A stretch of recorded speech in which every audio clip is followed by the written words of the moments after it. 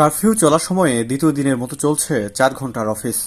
গত শুক্রবার দিবাগত রাত ১২টার পর থেকে গোটা দেশ জুড়ে কারফিউ জারি করা হয়। গত বুধবার থেকে ঢাকা মহানগর ও ঢাকা জেলা, গাজীপুর মহানগর ও গাজীপুর জেলা, নরসিংদী ও নারায়ণগঞ্জে সকাল ১০টা থেকে বিকেল ৫টা পর্যন্ত কারফিউ শিথিল করা হয় এবং অফিস টাইম বেলা ১১টা থেকে দুপুর ৩টা খোলা রাখার সিদ্ধান্ত হয়। কারফিউ শিথিল হলেও রাস্তায় গণপরিবহনের সংখ্যা ছিল একেবারে কম, যার ফলে ভোগান্তিতে পড়তে হয় সাধারণ মানুষদের।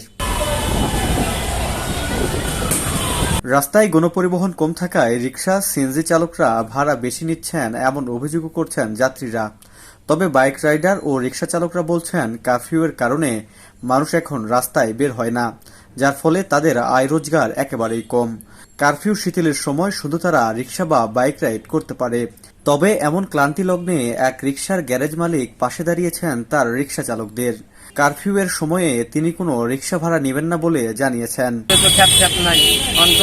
চিন্তাই করা লাগবে, কারণ মহাজন তো আর সবার সংসারে চিন্তা করবো না।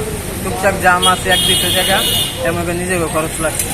এখন যদি বাজার ভালো হয় তো মহাজন আর কি জমা টমা দিতে না, মহাজন চাপ দিলে তো আমার অবস্থা খারাপ হয়ে যাবে। কামাল মহাজন আমনিগুলা পাস সময় তো তারে ভালো লাগবো, যে আমার মহাজন অসময়তে আমার দেখে রাখছে, তার গাড়িতে চালাইতে সবসময়।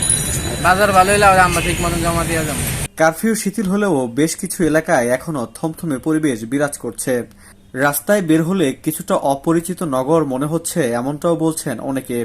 তবে বেশ কিছু জায়গায় যানজটও দেখা গেছে। গণপরিবহন কম থাকায় বাসে উঠতে যাত্রীদের উপচে পড়া ভিড়ও দেখা যায়।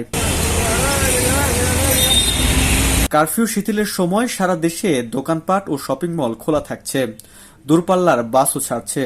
সড়কে নিরাপত্তা নিশ্চিতে সতর্ক অবস্থানে রয়েছে আইনশৃঙ্খলা রক্ষাকারী বাহিনী।